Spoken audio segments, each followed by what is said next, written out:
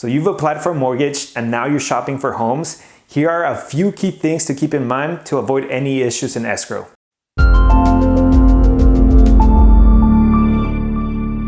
Hey everyone, welcome back to my channel. My name is Cesar Yanes and I'm your Silicon Valley realtor. And today I want to share with you 6 key things to make sure you do not do during the escrow process or while you're shopping for a home after you've applied for a mortgage.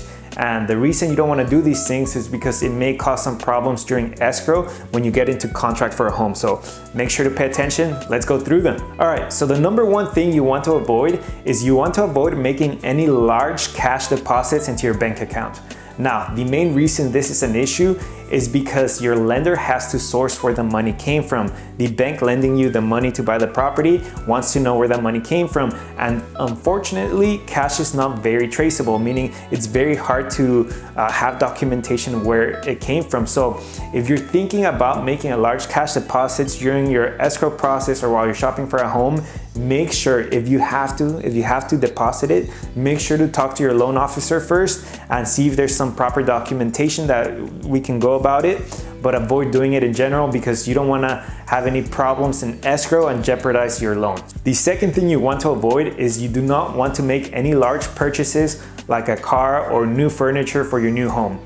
Please avoid buying any big properties or taking new obligations. With new obligations comes new monthly payments. With new monthly payments comes new qualifications, and you're gonna have to need a higher debt to income ratio. Anytime you take on new debt, your buying power goes down because your debt to income ratio unfortunately decreases. So make sure not to make any large purchases that involve taking new monthly obligations. The third thing you do not want to do is co-sign for anyone.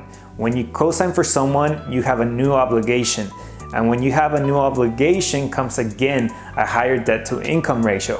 And even if you promise that you're not going to be doing those monthly payments with your own money, if somebody's doing them for you, that will not help your case. Unfortunately, the lender's going to have to count those payments against you, and it's going to hurt your buying power / debt to income ratio. The fourth thing you want to avoid is do not change bank accounts. Remember that the lender needs to source and track your assets. And if you change bank accounts, that task becomes a lot more difficult. Remember, it's much easier as a task if your lender has consistency in your accounts all across the board. So don't change bank accounts. The fifth thing you want to avoid is you do not want to apply for any new credit. Remember that when you're shopping for a home, your credit score is still important to determine your interest rate and your qualifications. And it doesn't matter if it's a credit card, a car loan, a mortgage. When an organization runs your credit in different financial channels, you best bet that your FICO score is going to be impacted. So please avoid taking any new credit or applying for any new credit while you're shopping for a home. Lastly, the sixth thing you want to avoid is you do not want to close any credit accounts.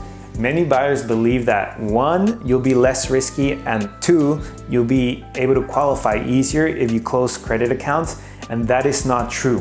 One major component of your credit score is the depth and the length of your credit history and the overall usage of your credit as a percentage of the credit available. So if you close any credit accounts, it's gonna hurt your credit score. So make sure to not close any of your old accounts. And that is it. Those are the 6 things you should avoid after you've applied for a mortgage and you're shopping for a home.